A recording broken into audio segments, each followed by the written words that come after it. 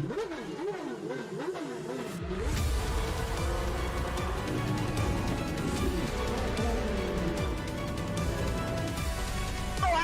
the two of them, the inside of Coates, Parker gets too heavily involved. And that's Whitehead and Coates.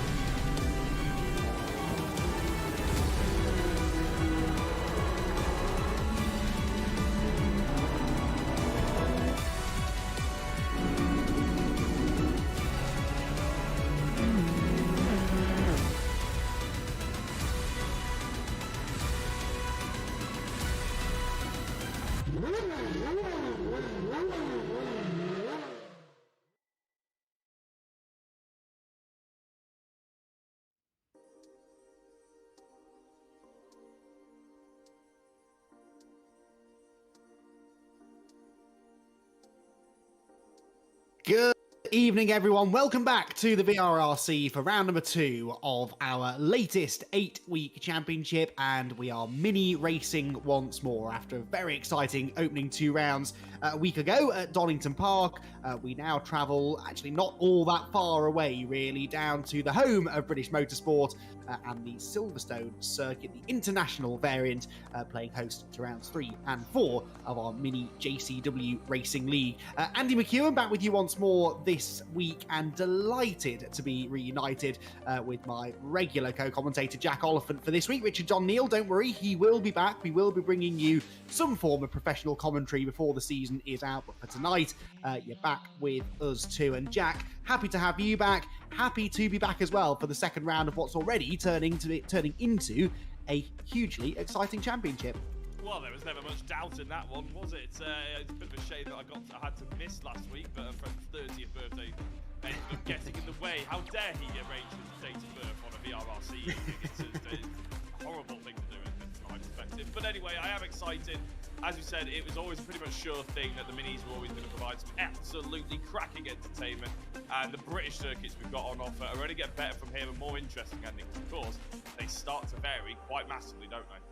Yes, they do indeed. We're spanning the length and breadth of the British Isles, actually, across this championship, which is something nice, something different, something we haven't really had the opportunity to do all that much in the past. Now, as we said a week ago, we were at Donington Park. We had 2 very exciting races that produced exactly the kind of bumper-to-bumper mini racing that we were sort of expecting, really. And it was a really interesting picture at the top, actually. Joel Lask, who hasn't raced full-time with us for a couple of months or so now, well, he was straight back on the pace, top point scorer across the night after a win in the first race. Yeah, he was absolutely flying. Got back on the podium for race 2 as well with the reverse grid. And then the returning Brad Smith, who really was Mr. Consistency, missed out on a victory but did have a pair of second place finishes a week ago. So he's snapping at the heels of Joel Lask, just 4 points between them at the moment. And Josh Martin, third highest scorer last week. Nice to see him having a bit of a return to form as well. So interesting to see how Josh gets on this weekend, whether he can continue that now that he's carrying a little bit more of that pesky success ballast. We also had a driver of the round award that was handed out to Brad Smith, just because he hadn't raced with us for so long. He came back and was immediately back on the pace, and a deserving recipient of the driver of the round award. And again, he'll be hoping now to continue on in that vein of form this week.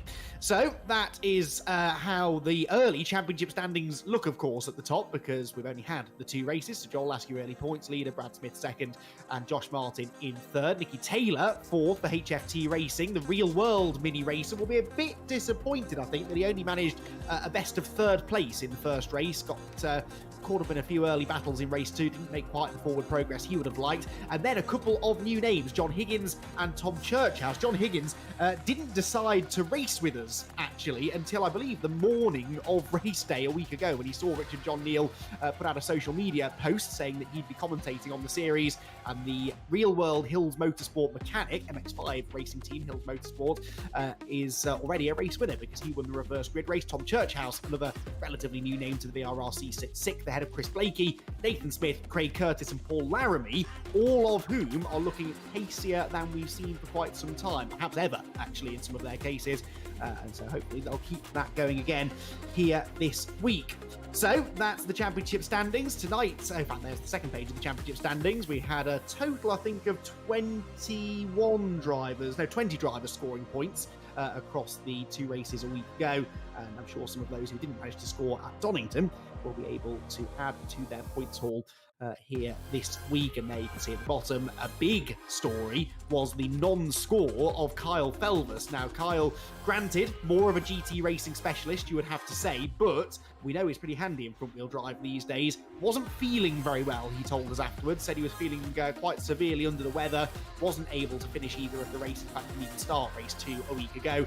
That's it. That's his drop score used up now, so can't really afford to have another bad night of racing. Hopefully he'll be able to bounce back in style here at Silverstone. Right, that's it for the championship standings. We arrive then here at Silverstone, as I've said, the home of British motorsport. And Jack, the Silverstone International Circuit is a bit of a hidden gem, really. It's not one of those layouts that get used a huge amount for high-profile race meetings, popular amongst club racers, though.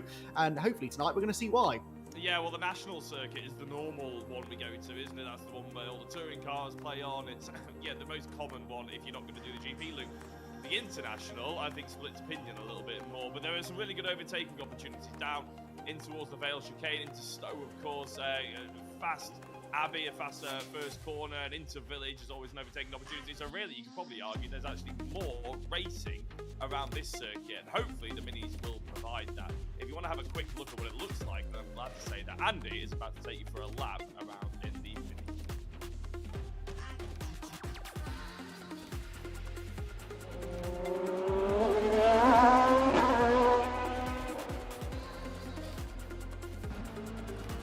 So, the Silverstone International Circuit then. Nicky Taylor, our guide for a hot lap around what is quite a deceptively tricky circuit, actually. It's still got a couple of long straights, including the Sir Lewis Hamilton straight past the Silverstone wing, at the end of which you barrel into the almost flat-out right-hander at Abbey. Front-wheel drive car understeers over to the curb. You then hug that same curb through the left-hander at Farm to keep the car on the left-hand side of the road into the big braking zone at Village, one of the best overtaking opportunities on the circuit.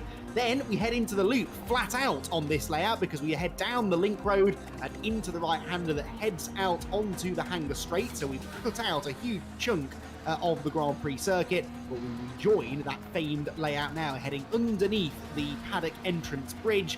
And already the drivers are looking towards the top of that crest and the turning point for Stowe Corner. Very late on the brakes, just there at the start of the curb. Roll the car in. The crest in the road just creates a bit of turn-in understeer, but Nicky Taylor manages that well. Careful of track limits on the exit before you drop down into the Vale, and again brake just at the start of the curb on the right-hand side and avoid the sausage curbs through the club chicane, cutting plenty of that second curb, and then it's flat out from here to the line through Club Corner itself and back out onto the pit straight. Still a relatively short lap, throws a lot at you in a short space of time, and always produces good racing.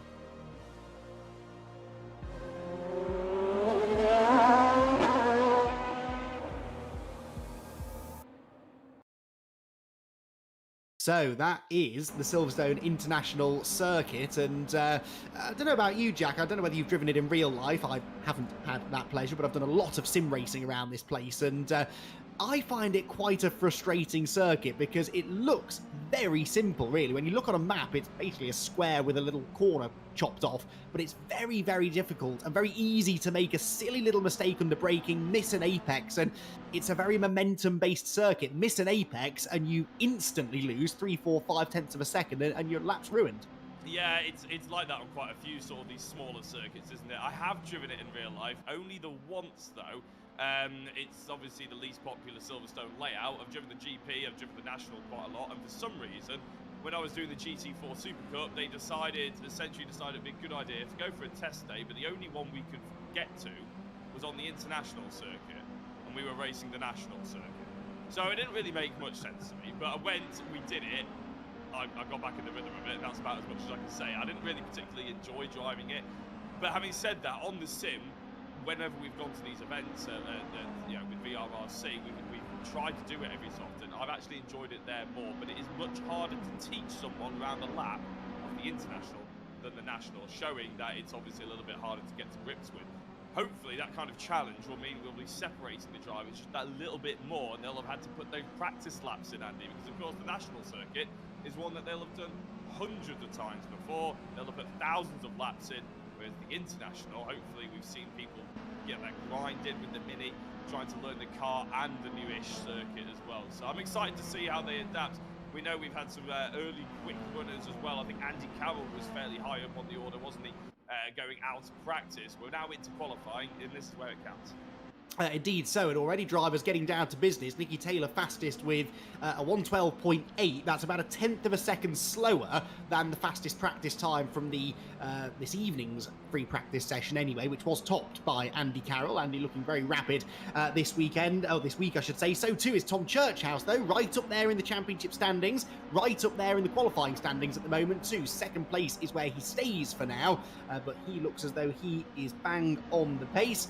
Good to see Carl Felvers up there. In fact, Carl Felvers improves as I say that onto the front row. Carl needs a good pair of races tonight to bounce back from what was, by anyone's standards, I think, a disastrous season opener last time out. Andy Carroll goes third. That knocks Churchhouse down to fourth, and the championship leader Joel Lask down into fifth position. Now, I would venture, Jack, that this is probably not the best of circuits really to be carrying a huge chunk of success ballast at, because it is quite stop-start. Both ends of the circuit feature at least one big braking zone and one big acceleration zone. Joel Lask arrives here tonight with 45 kilos on board. He and Brad Smith, in fact, both carrying 45 kilos of ballast.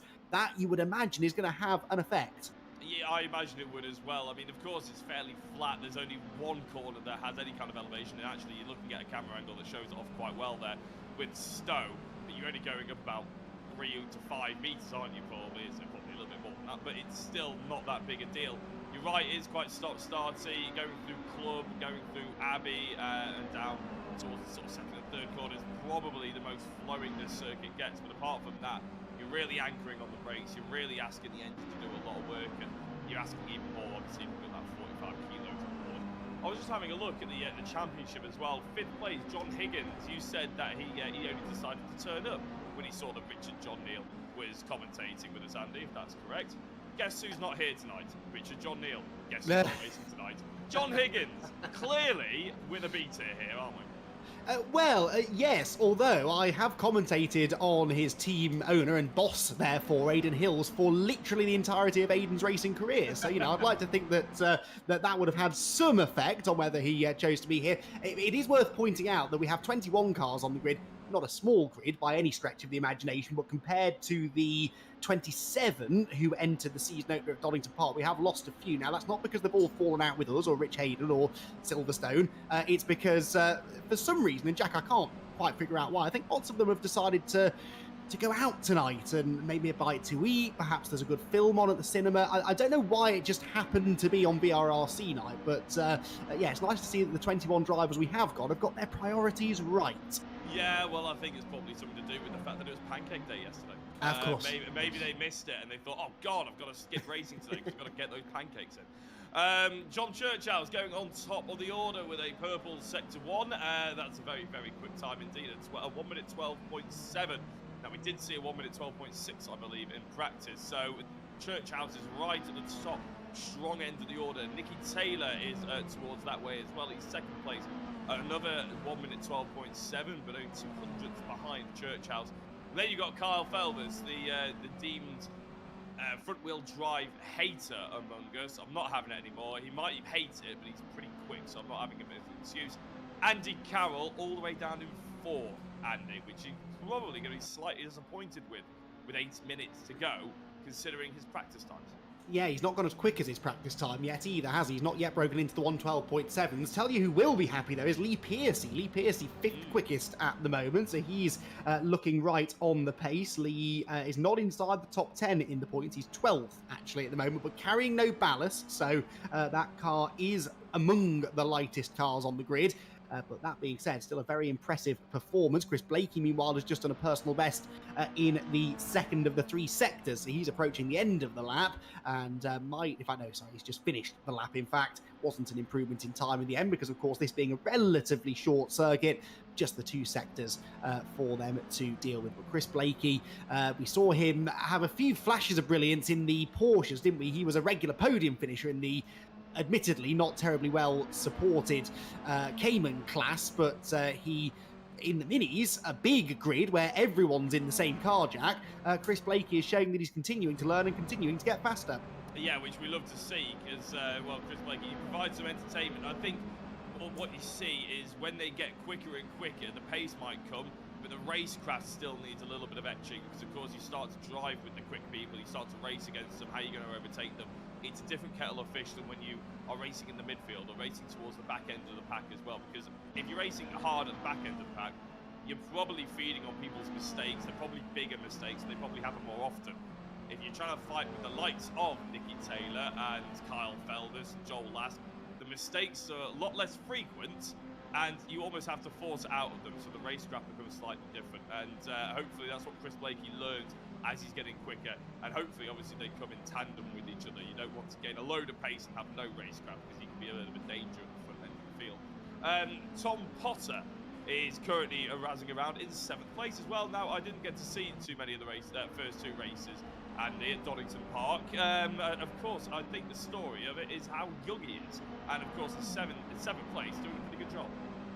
Yeah, I mean, I keep joking that racing drivers get younger and younger as I get older and older, but this really is taking that to a new level. 12-year-old Thomas Potter, who I did spot, I think, in the YouTube chat earlier on, his sister Catherine was wishing him the very best of luck. So good evening, Catherine. Good to have you watching along. And I mean, I know it's sim racing, and there is this cliche, isn't there, that kids and teenagers, well, not even really a teenager yet, is he? But kids spend a lot of time on their Xboxes and PlayStations and various other gaming systems. And these days, I suppose, PCs, it's not a huge stretch to imagine that some of them have maybe got some sort of sim racing rig set up as well. But that is mightily impressive to see someone of such a young age out there and clearly running quickly. Now, it will be interesting to see what his racecraft is like. He had reasonable pace a week ago. I'm trying to look back at yeah, he didn't score hugely well last week, but I seem to recall him qualifying not far outside of the top 10, so he's got decent pace, but we haven't yet seen him racing inside the top 10. But honestly, I've no reason so far to suspect that he's going to be anything other than a very competent racer, and it's nice to have another name in the mix. Well, we have had people, in terms of experience, we have had people who've driven with us for years and are over twice his age, 3 times his age, who have very questionable racecraft. So it's one of those things. Age doesn't equate to racecraft and experience. So Josh Martin jumping up to 5th place. Always a pleasure. I'm not leading on to Josh Martin slating racecraft for any particular reason. Luckily, Josh is one of the people who has a sense of humour and will laugh about those sort of things. So, and it's nice, you said at the beginning, Andy, it's nice to see Josh right at the sharp end again, mostly because we always enjoy talking to him. We do indeed. Yes, sorry, that was really funny. Yes, we do like to have. Every so often. We do like to have Josh at the front, and yeah, he was bang on the pace at Donington, wasn't he? He is 5th quickest at the moment, but carrying quite a bit more weight now, 30 kilos on board, and yeah, he will be a force to be reckoned with, and it's about time, quite frankly, that Josh Martin's been a force to be reckoned with, because obviously he was a former champion. In fact, one of our most recent front-wheel drive championships, touring car championships that we did, he was the champion of, and then in subsequent touring car series went to the rear-wheel drive BMW. Perhaps maybe that wasn't the best move. Maybe he should be sticking with front-wheel drive cars. Maybe that's where his real area of expertise lies. Right then, back end of the top 10, we've got Johnny Oulton here, 9th fastest at the moment, personal best in sector 1 though, and it's an improvement in time but not position. Stays where he was, 9th place, which is, Jack, 1 place ahead of our current championship leader, Joel Lask. So early days, I know, but I wonder if this is going to be one of those championships where we see a lot of ebbing and flowing. A driver scores well one week and then perhaps struggles the next. Certainly so far, that is the script that Joel Lask is running to. Well, we sort of hope so from a neutral perspective, don't we? Let's be honest, because we want everybody winning. We want title contenders coming out the woodwork, left, right and centre. We want it to go all the way down with as many drivers in contention on the final 2 rounds as possible. And Joel Lask is clearly backing out of this one. Doesn't want the pressure from behind. Maybe he wants to pick up that slipstream though. Here's Kyle Felvis. Now we can say a championship winner here at VRRC. For a long time, it was one of those common myths that we thought, of course he's won a championship at some point, but he never had him until recently, and now he is. He's in 3rd place and hunting down his teammate Nicky Taylor. The times are oh so close, Andy. There's less than a 10th of a second between the top 3, which is still pole position of Tom Churchhouse. We haven't really mentioned him since we saw him go to the top of the times. There's been no need because no one's got close to him. Well, not close enough to overtake him just yet. Top 4 separated by about less than 0.2 of a second. Then you'd argue there's a bit of a gap, isn't there, between 4th and 5th place. Everybody trying to fall over themselves to get that top 5. No one can really get to Andy Carroll. Oh, now Andy Carroll, purple sector 1 though, as you say that. So Andy Carroll might be about to further tighten things up at the front. We've also just had a personal best in sector 1 for Josh Martin. So the 4th and 5th place drivers, both finding improvements on board with Andy Carroll. And I would say that's nearly the perfect line through Stowe, but maybe a bit too wide over the white line. I haven't heard yet whether that invalidated the lap. We'll find out, I suppose, in a few seconds' time. And then he just overruns the club chicane. That might just be enough then to have cost him any chance of a significant improvement. Let's see, across the line he goes. He's got time for one more lap. Felvis goes 2nd, and Carroll improves his time but stays in 4th place. So Carl Felvis was the car just ahead of us then. Felvis did a purple sector 2. So those 2 fastest out there at the moment, and as Jack confidently predicted, we're really separating the field this week, aren't we, on a circuit that we haven't really raced at before. 56 thousandths of a second covering the front 2 rows. Pretty close. I'd forgotten I said that, actually. It goes to show sometimes I might get lucky. I won't say that I know what I'm talking about, but I get lucky sometimes. Josh Martin came into the pits. He was an improvement in sector 1 and then pitted. So maybe he must have messed up Stowe and thought he's not going to go for another lap for whatever reason.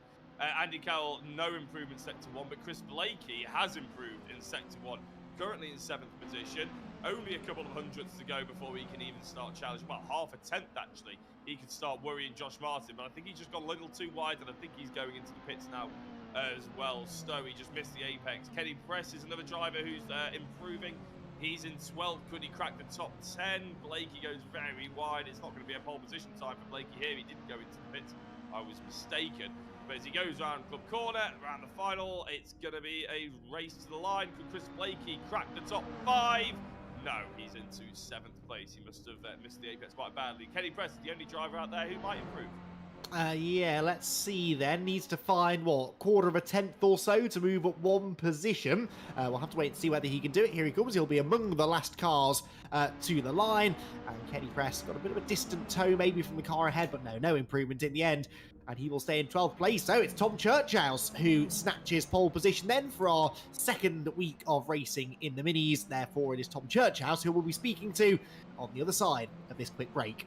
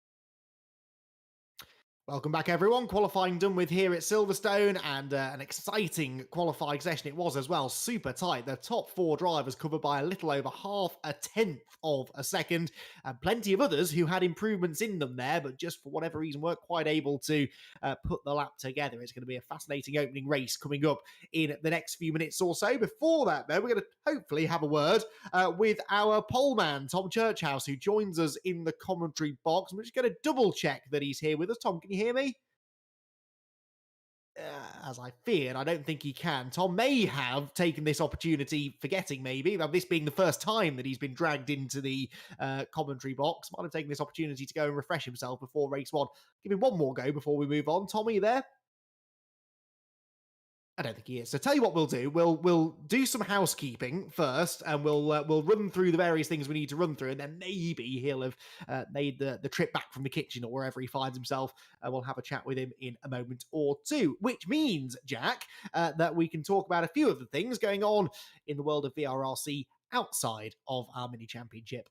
We can indeed, yeah. And while Tom takes a silent protest against the fact that we're not Richard John Neal, we can talk about the 90-minute races that we have had, the World Endurance Leagues. Round 1 and 2 have come and gone to Qatar and Imola. If you want to watch them back, if you're fancying some long endurance racing, long is in brackets,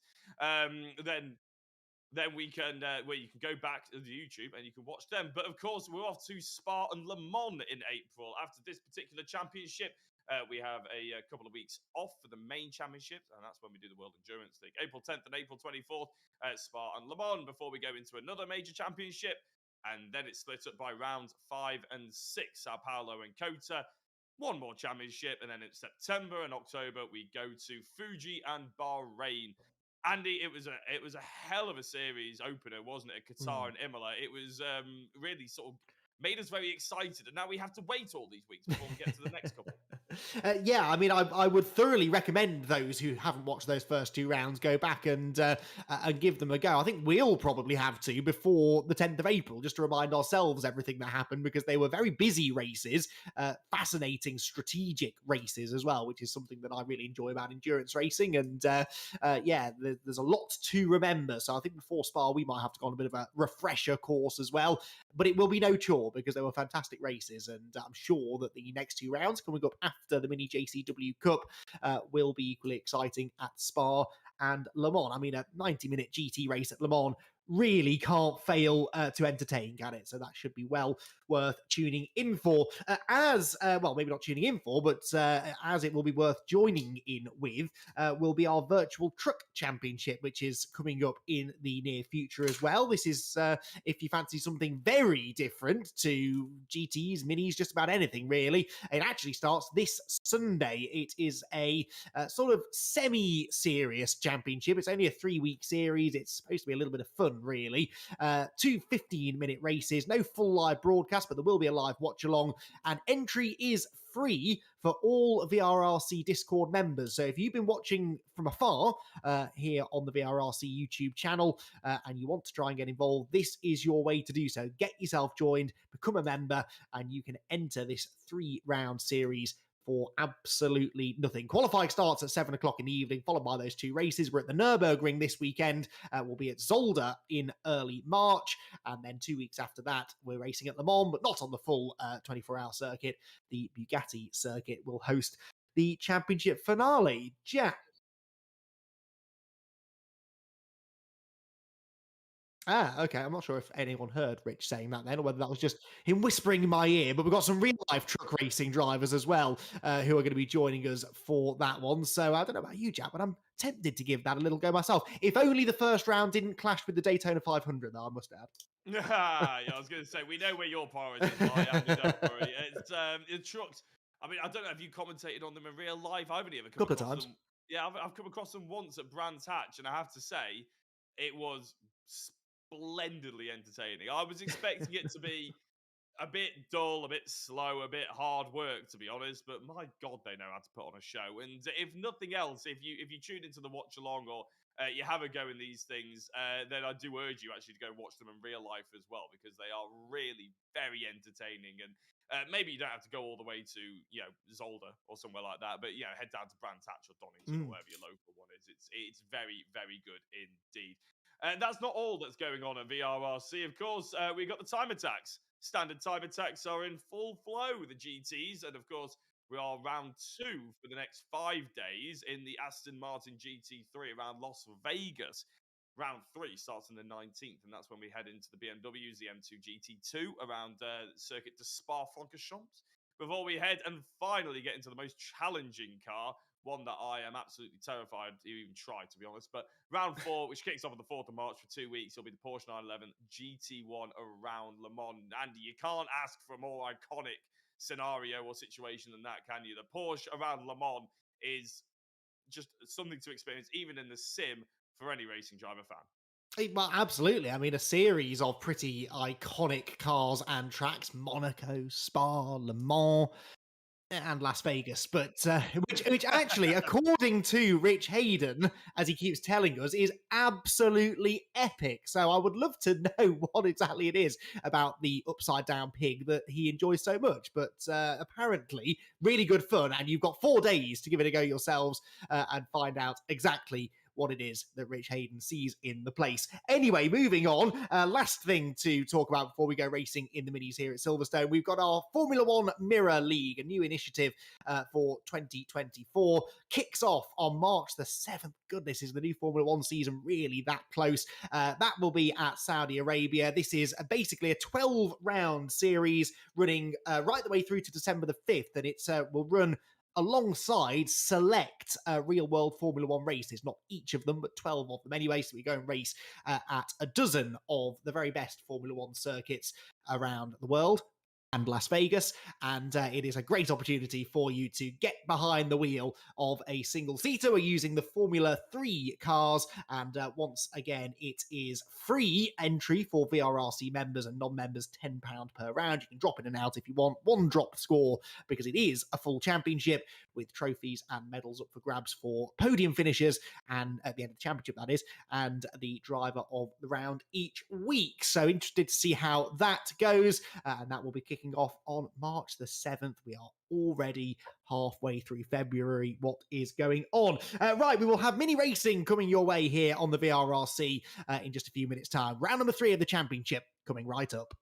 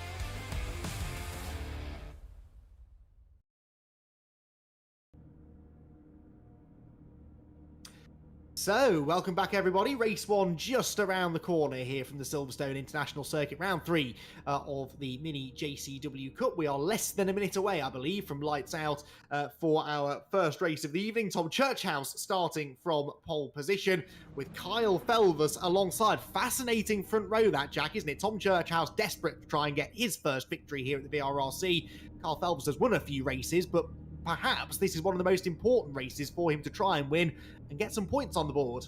Yeah, I think Nicky Taylor will be clamouring to try and get up there as well, obviously prove a point. It's a bit of a lose-lose situation for Nicky Taylor, really, isn't it? Being an actual real-life mini driver. If he wins, well, everybody just says, oh, well, you know, you're a mini driver in real life. That's not really very impressive. If he loses, everybody says, way, we beat a mini driver. So it's really very difficult for him. But hopefully, obviously, he just comes in with some strong points and has good fun. Most important thing. And Andy Carroll, as we said, in practice was very, very good, but couldn't seem to string it together for qualifying. Not that his lap times were particularly bad in qualifying, just not good enough, obviously, to replicate what he did in practice. Some other people have stepped up. So let's see if Tom Churchhouse is first and foremost needs to get off the line well. Yes, which is an art, of course, especially in a front-wheel drive car. Let's see whether he can do it then from pole position. Can he convert it into his first ever VRRC victory? We're about to find out. 25 minutes on the clock.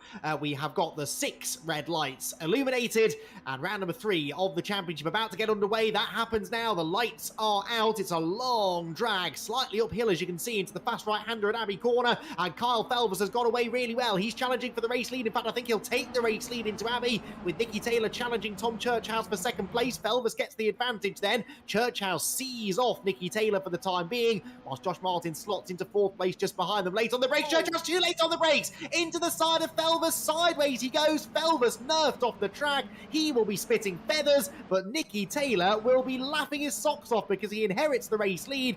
Felvers second, and already Jack, I think, fired up and ready to try and challenge once more down the Hanger Straight.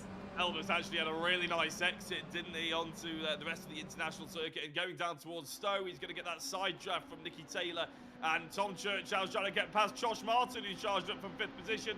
Kyle Felvers retakes the race lead into Stowe. Churchhouse on the inside of another driver. Josh Martin will be looking at that, praying and hoping that he's not the next Kyle Felvers, who has just got into the race lead, though. Josh Martin still going defensive down in towards the club chicane, with Andy Carroll just behind, almost nudging him through, trying to push their way through.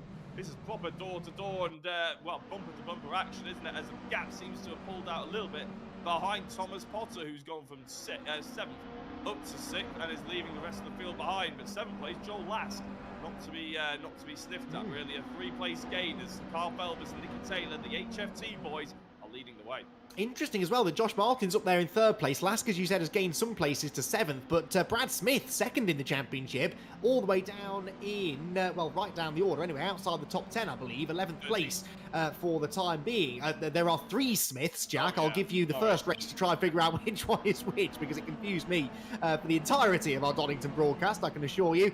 Brad Smith, number 69, running actually in 9th position as we speak. Right, leaders down the back straight then, towards Stowe Corner. All sorts of silliness going on at the back of the shop, but meanwhile the real attention has to go to the battle for 3rd place, where Tom Churchhouse is up the inside of Josh Martin, and the fight back begins. It does indeed, yeah. Josh Martin trying to get a better exit, but it's not going to happen out of Stowe, going down towards the club chicane. Churchhouse going for that defensive line, which is exactly what Martin did just a lap ago. In fact, I don't think he even went that defensive, but he smashes the sausage curb with all his might. That might give Josh Martin an opportunity. Taylor through and trying to chase down Felvers. I think they're just going to work together, to be honest. Andy, they're probably experienced enough, mature enough to do that. Who's going off the background? I'm not entirely sure. Drivers taking full advantage of Silverstone's very generous runoff areas on the exit of a couple of the corners, but race leaders so far keeping it clean. Interesting that you mentioned working together. We saw an element of that at Donington actually a week ago, where I think it was Joel Lask and Brad Smith, if memory serves me right, who really worked well together in race 2 to catch John Higgins. They spent about 10 minutes catching John Higgins, the race leader, and as soon as they caught him, started knocking lumps out of each other and allowed John Higgins to win the race pretty comfortably in the end. So we'll wait and see whether Tom Churchhouse and Josh Martin do that now to try and reel in the race leader. Not much working together going on here, though, I don't think. This is Andy Carroll with Thomas Potter right behind him. Potter started 7th. He's up 1 place already to 6th. I said that this would be a real test of his racecraft, and we're about to see that right now as he challenges for 5th place heading down the hill. Yeah, is he going to go for a little lunge? He's having to think about it, isn't he? He's trying to fill the mirrors of Andy Carroll, seeing how he's going to blink, basically. As we see, oh, is that Piercy going very, very wide through the chicane? That's not going to help him at all as he goes down towards the Lewis Hamilton straight. If I'm correct in believing, Andy, I think that the Lewis Hamilton straight is the only part of Silverstone that's actually named after a racing driver, isn't it? Now you're asking me. Do I know something you don't about a circuit? I think unless there was a Formula 1 driver called Thomas Clubb, yes, I think you might be right. Oh, there we go. I can't believe it. I've never known anything, ladies and gentlemen, that Andy hasn't already known about a racing circuit in the UK. I'm quite honoured. Yeah, but Thomas Potter does seem to be doing quite well, doesn't he? I think he's actually collecting the apexes a little bit nicer than Andy Carroll. Yes, collecting the apexes. I'm using that one. A brilliant run out of Chapel, and he is going to challenge, I think, now for 5th place, heading towards Stowe Corner. He's got the inside line, and that should be the preferred line through the right-hander. Late on the brakes. He's later than Andy Carroll, and as long as he hooks up the apex, he should get the place. He just missed the apex, though. Look, drifts a bit wide, and Carroll will try to get the switchback. The trouble is the next corner is a left-hander in the entry to the club chicane, so Andy switches to the left-hand side of the road instead. I don't think that quite worked. Potter manages to hang on, but that battle jack has allowed Joel Lask, the championship leader, remember Joel Lask, to get a little bit closer to them. So no longer a private battle. This is now a three-way fight for position inside the top 5.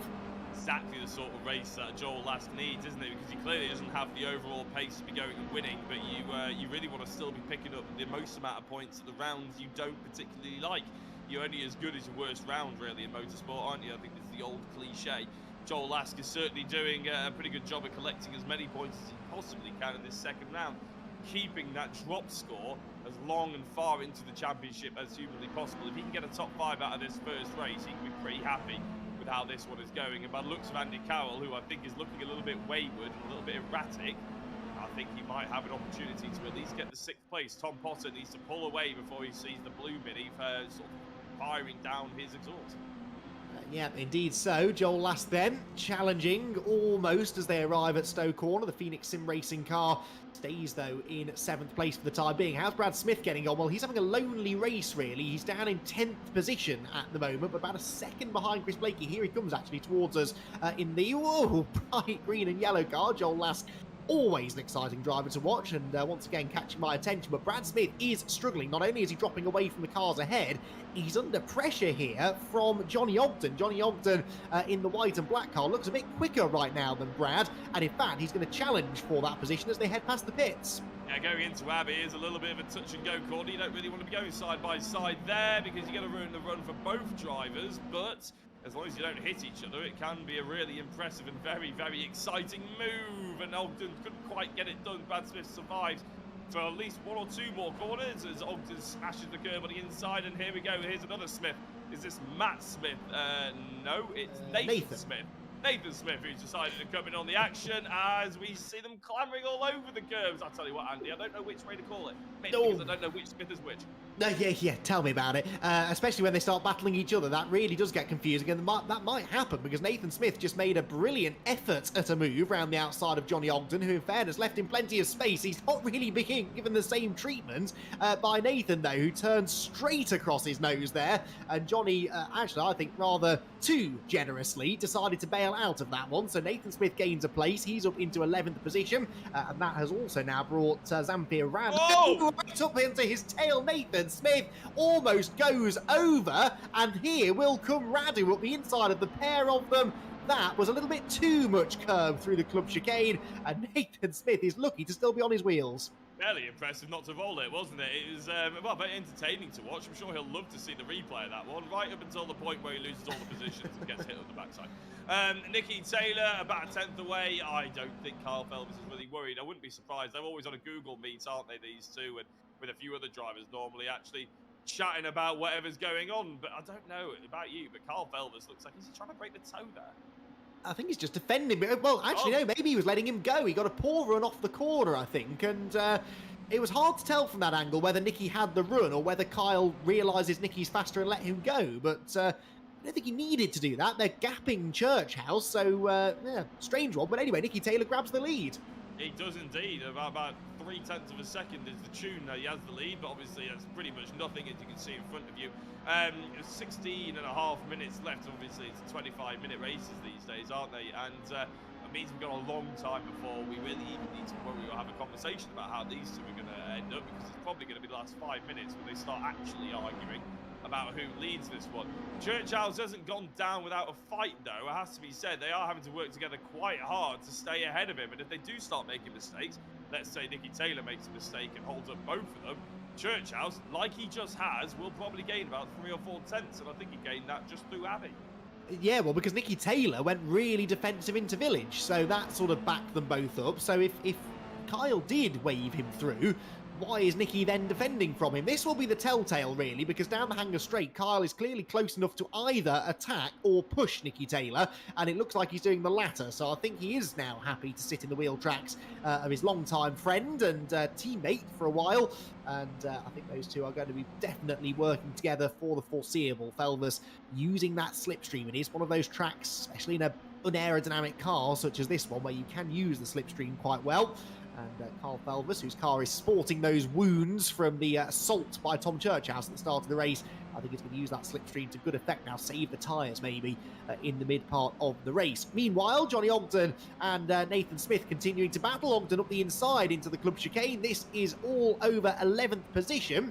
Nathan Smith giving the curb a wide berth, not through choice, but because Johnny Ogden's car was trying to slip up the inside, and now it still keeps coming round the outside. They're wheel to wheel down the pit straight as behind. A real hip check given to Zamfir Radu as Kenny Press came through into 13th. But this is a brilliant battle happening just outside the top 10, and still, Jack, they go door to door. Yeah, it's very, very close indeed. Ooh. Although I think, as I say that, I think they've just gapped each other, as Nathan Smith will have a little bit of a bit of a buffer to Johnny Ogden now, who doesn't seem to have come out of either of the scraps that we've seen, particularly positively, has he? Joel Lask still not in... Sorry, he has overtaken Andy Carroll, actually. Joel Lask is in 7th place still, though, because Piercy is actually overtaken both of them. I was about to say Lasker hasn't made any moves forward. He has got past one driver. He's just let another driver get through. So Thomas Potter's still in 5th place. Josh Martin's still in 4th. Churchhouse still in 3rd. And obviously Felvers and Taylor are the two drivers that we've been focusing on a lot towards the front end, as they are the closest battle within the top 5. Everybody else has sort of gapped themselves quite substantially, really, Andy, which is something that's slightly surprising on such a short circuit.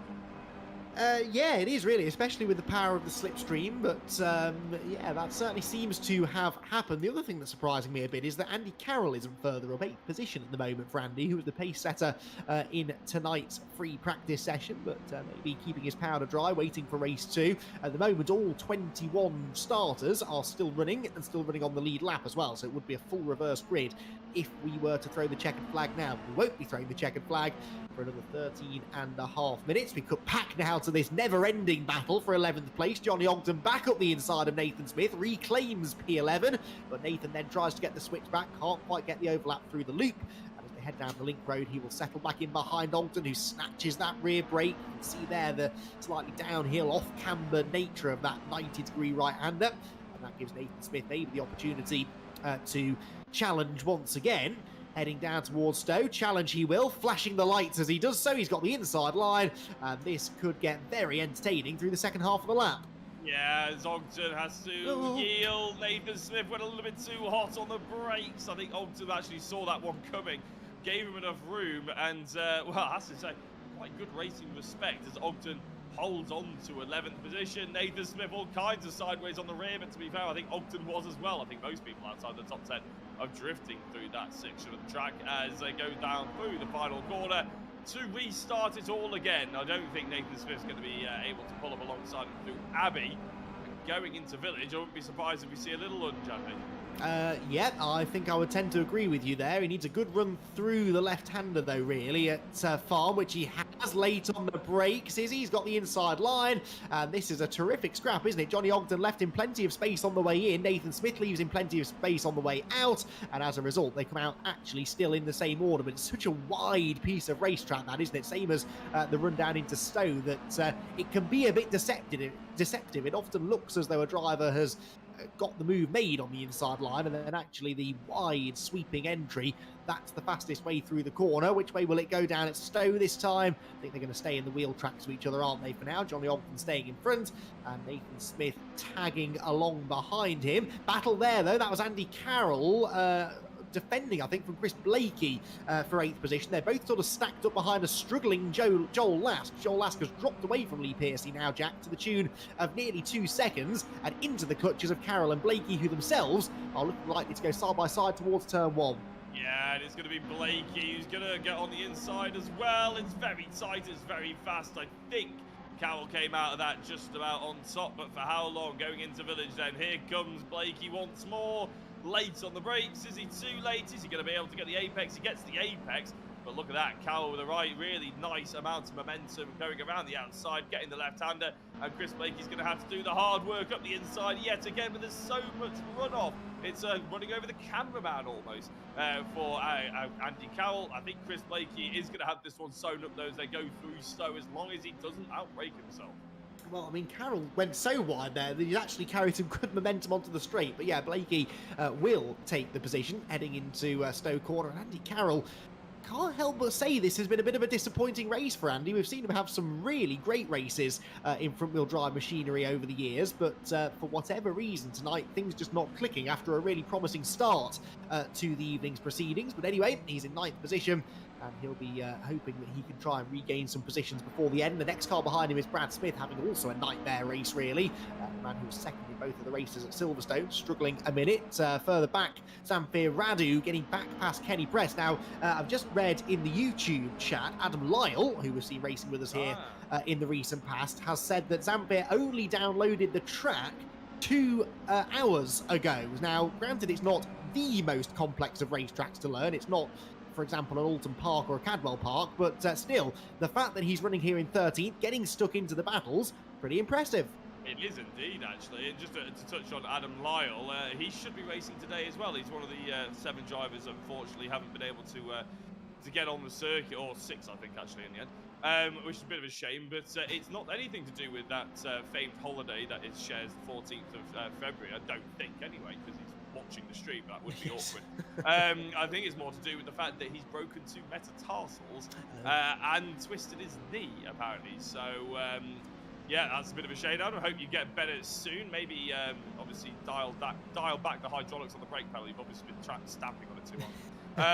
But hopefully be back soon. Obviously, might have to miss the championship if the brakes are so bad. Hopefully, fingers crossed.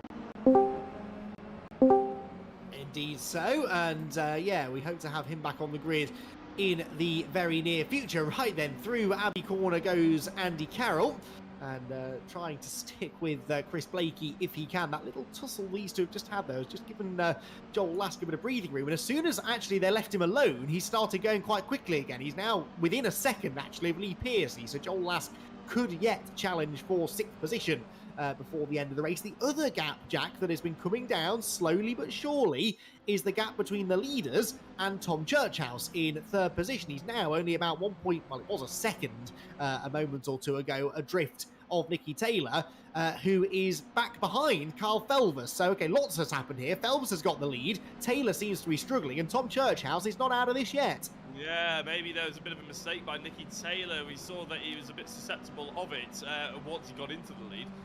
Maybe he went a little bit too wide. Maybe he outbroke himself or something, that, and he had to. He was almost forced to let Felvers back through, and obviously didn't help him for the rest of the lap.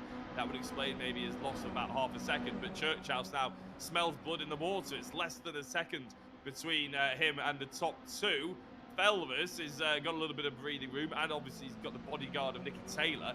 But Churchhouse, after qualifying on pole, is not done here in the very British-looking Mini around Silverstone. As we said, it does look good. It does suit here, doesn't it?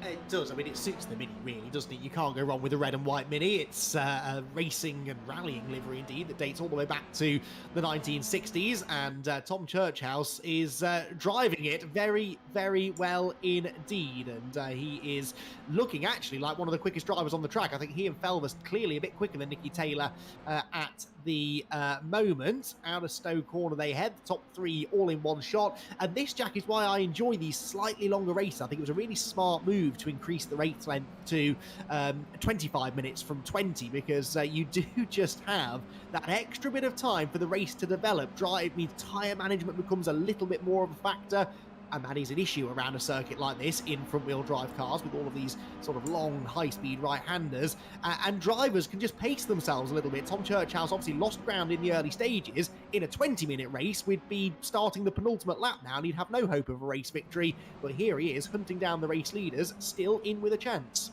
Yeah, I think Rich Hayden's quite pleased with himself about that and how well it's worked. I think he's mostly pleased with the fact that he's managed to increase the length of the broadcast and not pay us anymore. But anyway, I'm kidding, Rich, I'm kidding. I will question it later. Anyway, it is really enjoyable to see Church House, be able to have the opportunity to chase them down. Like you said, it's not just Church House, of course. We're looking at Kenny Press right now, who's tried to chase after Zamfir. Radu, again, Radu's been off the circuit. He's been back on. He's been fighting further up inside the top 10. He's been knocked back. It's very entertaining, and to be honest, when you have those sort of races, it can be frustrating, but sport is frustrating. It's also hugely enjoyable. Hopefully he comes off this feeling like he's earned whatever position he ends up in. So, and plus, of course, Nathan Smith ahead, all that battling. He's had a similar story where he's been constantly in battles, constantly having to work hard, even to just get in the positions just outside the top 10. Just goes to show how skilled the level of the drivers are inside the top 10. I think they've all been really enjoying it. And as you said, with 5 minutes to go, there's still plenty of racing left to be done out there. Absolutely. I mean, we understandably spend a lot of time talking to drivers who finished inside the top 3 positions at the end of the race, and you don't often get much of a sense of enjoyment from them because they're up there, they're fighting for wins, they're fighting for a championship. It all becomes a bit stressful, really, and you're not really focused on enjoying yourself, you're just focused on getting the very best results that you can. Tom Churchhouse makes the mistake that I always make into that corner, actually, dips a wheel on the ground.